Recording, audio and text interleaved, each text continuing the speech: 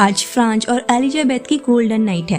Chief countess mistress Elizabeth को आज की रात एक गाउन पहने रखने को कहती है और कहती है कि आज उसका फ्रांस का मिलन मजे के लिए नहीं बल्कि भगवान के लिए होगा। एपिसोड 2 शुरू होता है। हम सोफी को अपने कमरे में रोता हुआ देखते हैं। असल में सोफी की एक बेटी थी जो मर चुकी है, वो उसी का शोक मना रही है। फिर हम फ्रांस को देखते हैं। वही राजकुमारी जिसका फ्रांस के साथ अफेयर है वो फ्रांस से मिलने आती है, लेकिन फ्रांस अब उसके साथ अपने रिश्ते खत्म कर चुका है। राजकुमारी रोते हुए वहां से चली जाती है। उसके बाद हम सोफी की चीफ कोर्ट मिस्ट्रेस को कुछ लड़कियों का इंटरव्यू लेते हुए देखते हैं जिन्हें एलिजाबेथ की सेवा के लिए रखा गया है। एलिजाबेथ अपने पापा के साथ हैम्प्सबर्ग पहुंच चुकी है। एलिजाबेथ फ्रांस को जैसे ही चूमने जाती है, फ्रांस उसे रोक लेता है। ये पता चलता है कि हेलेना ने कैची खुद को मारने के लिए नहीं बल्कि अपने बाल काटने के लिए उठाई थी।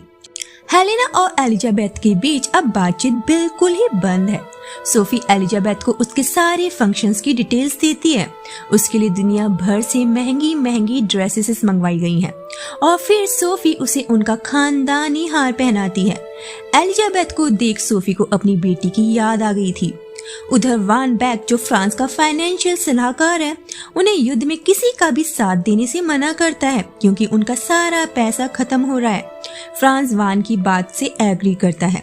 फिर एलिजाबेथ को उनकी दासियों से मिलवाया जाता है जिनमें हम लियोथिम को भी देखते हैं। वो सब एलिजाबेथ को नहलाने ले जाती हैं। चीफ कोर्ट मिस्ट्रेस के कठोर तरीकों के साथ एलिजाबेथ को तालमेल बिठाने में परेशानी हो रही है। 2 घंटे रोज 2 बार नहाना, हर दिन उसके बालों की चोटी बनवाना और कमर तंग चोली पहनना जिसमें वो सांस भी नहीं ले सकती, ये सब उसके लिए मुश्किल है। लियोथिम एलिजाबेथ के करीब रहने की हर मुमकिन कोशिश करती है। मैक्स एलिजाबेथ के पास आता है और उससे कहता है कि अगर वो उसके पास रहेगी तो सलामत रहेगी, लेकिन एलिजाबेथ को लगता है कि उसे मैक्स से दूर ही रहना चाहिए। उधर चीफ काउंटेस मिस्ट्रेस सोफी से एलिजाबेथ के बारे में बात कर रही है। वो सोफी से बताती है कि एलिजाबेथ के ऊपर उन्हें काफी मेहनत करनी पड़ेगी, वो काफी जिद्दी किस्म की लड़की है। और फिर सोफी का पति कार्ल जो दूसरे देश में रहता है वो भी फ्रांस की शादी में शामिल होने आ जाता है।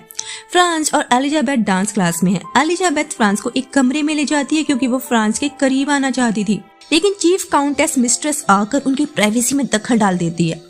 फिर हम लियोतिन को उसके प्रेमी अलेक्जेंडर से चोरी छिपे बात करते हुए देखते हैं। लियोतिन उसे किसी तरह के शूज लाने के लिए कह रही थी। अलेक्जेंडर बताता है कि वो शूज काफी महंगे हैं, लेकिन वो उन्हें लाने की पूरी कोशिश करेगा।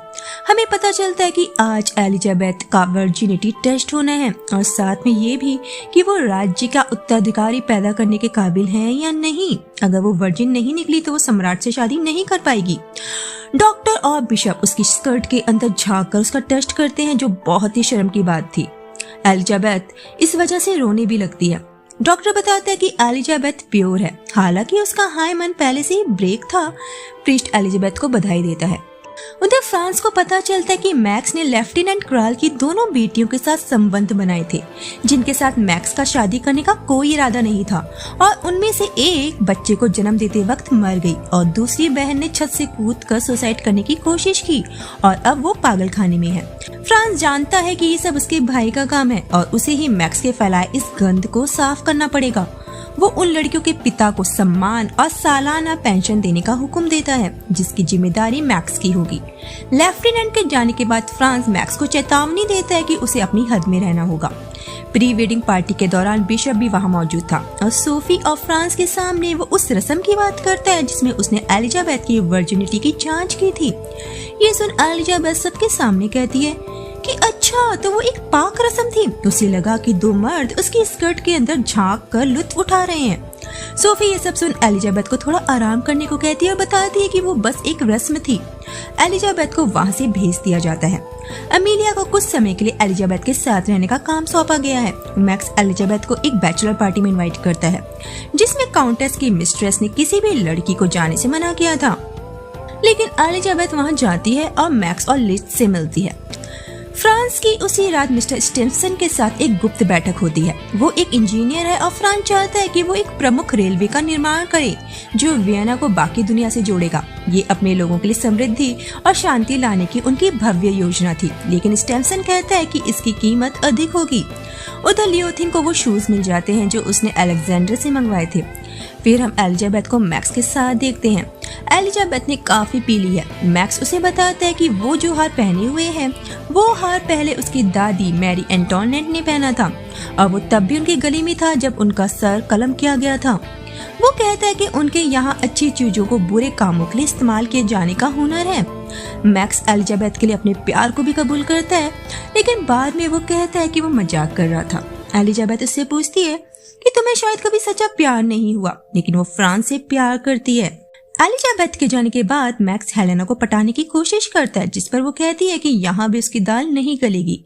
जिसके बाद मैक्स एलिजाबेथ की दासियों में से एक के साथ इंटीमेट होता है। उधर वासा के प्रिंस वॉन सोफी से उसके कमरे में मिलते हैं। दोनों को मिले और अफेयर हुए करीब 13 साल हो चुके हैं। हमें ये भी पता चलता है कि फ्रांस वास्तव में उसी का बेटा है, जिसका अर्थ था कि सोफी का उसके साथ संबंध था और कार्ल बस दिखावे के लिए उसका पति है। सोफी उसके साथ सोना चाहती है, लेकिन वॉन वहां से चला जाता है। अगली सुबह एलिजाबेथ अपने बिस्तर पर नहीं मिलने पर चीफ काउंटेस मिस्ट्रेस गुस्से में है और फिर उसकी नजर एक दासी पर जाती है जिसके साथ मैक्स कल रात इंटीमेट हुआ था। उसकी गर्दन पर लव बाइट देख उसे बाहर निकाल देती है। एलिजाबेथ पर्दे के पीछे है। हेलेना उससे बात करती है। दोनों के बीच सुलह हो जाती है। फ्रांस शादी के लिए तैयार हो रहा है। फ्रांस को पता चलता है कि मैक्स और एलिजाबेथ के बीच कल बहस हो गई थी। उधर एलिजाबेथ भी सच कर तैयार हो गई है। हमें पहले एपिसोड का पहला सीन दिखाया जाता है। एलिजाबेथ वेगन में बैठती है। फ्रांस उसके पास आता है। जनता के बीच से जब एलिजाबेथ निकलती है सब उसे बधाई देते हैं और यहाँ पर इस सीरीज का सेकंड एपिसोड खत्म हो जाता है। दोस्तों, इस सीरीज के तीसरे एपिसोड में हम देखेंगे कि एलिजाबेथ को फ्रांस के अफेयर के बारे में पता चल चुका है। आगे क्या होगा ये जानने के लिए आपको देखना पड़ेगा इस सीरीज का तीसरा एपिसोड।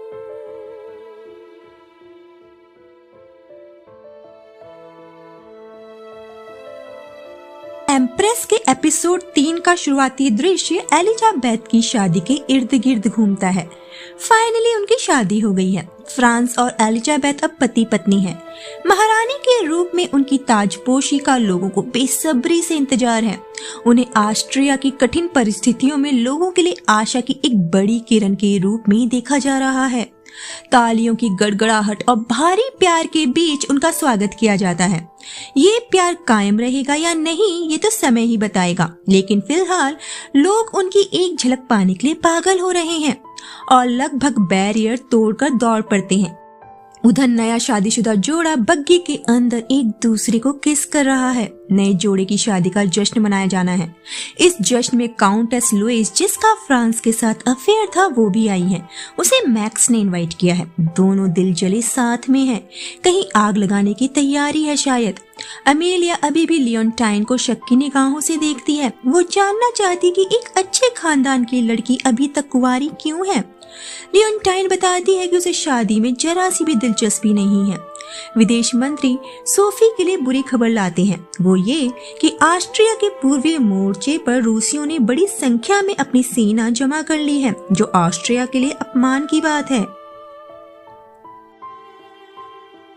उसके बाद हम देखते हैं कि शादी का जश्न शुरू हो चुका है। सबसे पहले उनके सम्मान में एक कोर्ट डांस होता है। सोफी और मैक्स लोगों द्वारा एलिजाबेथ के स्वागत के बारे में चर्चा कर रहे हैं। सोफी को लगता है कि यहाँ के लोगों ने एलिजाबेथ को एक्सेप्ट कर लिया है। फिर एलिजाबेथ लुइस को देखती है जो उसे ही घूर रही थी। एलिजाबेथ फ्रांस से पूछती है कि क्या वो उस औरत को जानता है। फ्रांस साफ मुकर जाता है। सोफी सीमा पर घुसपैठ के सिलसिले में फ्रांस से बात करना चाहती है। उधर एलिजाबेथ हेलेना को अपने साथ रखना चाहती है, जिस पर चीफ काउंटेस मिस्ट्रेस को आपत्ति है, लेकिन एलिजाबेथ कहती है कि उसे यहाँ किसी पर भी विश्वास नहीं है और हेलेना उसके मुख्य सलाहकार के रूप में काम करेगी।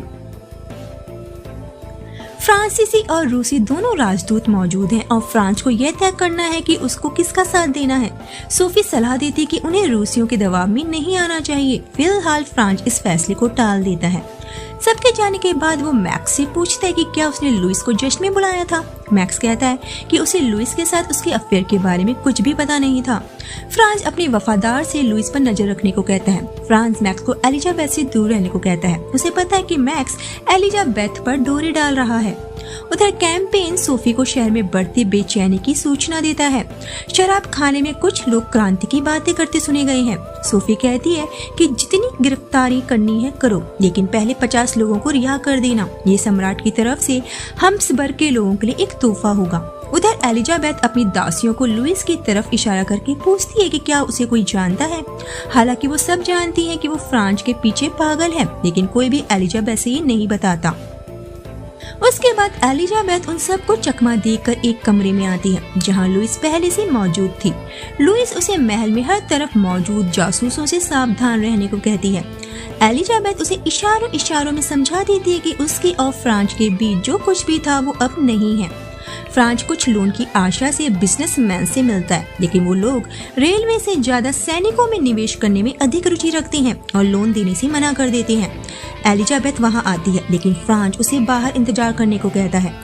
मैक्स फ्रांसीसी राजदूत से मिलता है और कहता है कि तटस्थ रहना फ्रांस का अपना तरीका है, जिससे ऑस्ट्रिया यूरोप पर हावी हो जाएगा और फ्रांस और रूस एक दूसरे को बर्बाद कर देंगे।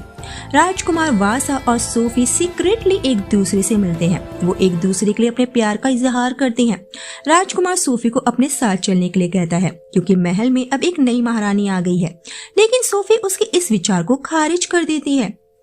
वासा उसे ताना मारते हुए कहता है कि सोफी का सच्चा प्यार सिर्फ ये महल है, लेकिन वो उसे चेतावनी देता है कि महारानी केवल एक ही हो सकती है। एलिजाबेथ का अंदर दम घुट रहा था। वो हवा खाने बाहर आती है और देखती है कि उसके पापा एक नाले के अंदर हैं और उन्होंने काफी पी रखी है।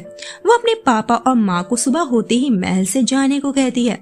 उधर सीना जूनियर फ्रांस को लोन देने के लिए तैयार है, लेकिन उसे कोई गारंटियर चाहिए, जिस पर वो लुइस की तरफ इशारा करके कहता है कि उसने सुना है कि लुइस और फ्रांस अच्छे दोस्त हैं। लुइस असल में जूनियर की भी अच्छी दोस्त है और इस तरह से लुइस की गारंटियर बनने की वजह से फ्रांस को लोन मिल जाता है। फ्रांस एलिजाबेथ को ढूंढता है और उसके नाम मिलने पर वो हेलेना से बात करता है। वो उसके नए लुक की तारीफ करता है और कहता है कि उसका यहाँ एलिजाबेथ के साथ रहने से वो खुश है, जिस पर हेलेना उससे कहती है कि लोग उन्हें साथ में देखकर जल रहे हैं। तभी वहाँ एलिजाबेथ आ जाती है और हेलेना को फ्रांस के साथ देख वो सोफी से पूछती है कि क्या हेलेना का यहाँ रहना ठीक है। सोफी उससे कहती है कि हेलेना भरोसे के काबिल तो है, लेकिन उसके दिल पर चोट लगी हुई है। सोफी एलिजाबेथ को सावधानी से किसी भी इंसान पर भरोसा करने और केवल उन लोगों पर विश्वास करने की सलाह देती है जिन पर भरोसा करना आसान हो। उसके बाद एलिजाबेथ और फ्रांस साथ में डांस करते हैं और फिर सोफी हेलेना के कानों में कुछ कहती है। शायद वो उसे वापस अपने घर जाने को कह रही थी। उधर हम देखते हैं कि शहर में कैंपेन के कहने पर कई लोगों को अरेस्ट किया गया है और बहुत से लोग मारे गए हैं।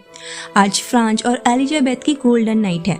चीफ काउंटेस मिस्ट्रेस एलिजाबेथ को आज की रात एक गाउन पहने रखने को कहती है और कहती है कि आज उसका फ्रांस का मिलन मजे के लिए नहीं बल्कि भगवान के लिए होगा। इस बीच उसे बस बेड पर सम्राट के नीचे लेटे रहना है और जो कुछ करेंगे सम्राट करेंगे, वो सम्राट को बिल्कुल टच नहीं करेगी।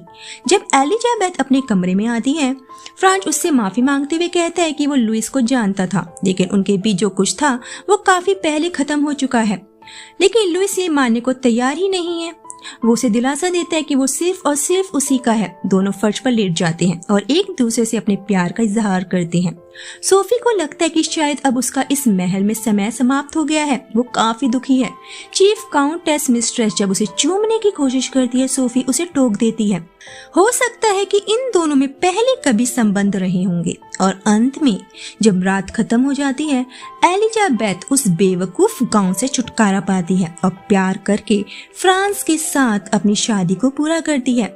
उधर हेलेना और उसकी फैमिली को वापस बावेरिया भेज दिया जाता है, जिसकी वजह से वो सब काफी दुखी हैं कि उन्हें इतनी जल्दी महल से क्यों निकाल दिया गया। लास्ट सीन में हम मैक्स को सम्राट के सिंहासन पर बैठा हुआ देखते हैं और वो बहुत ही व्याकुल नजर आ रहा था।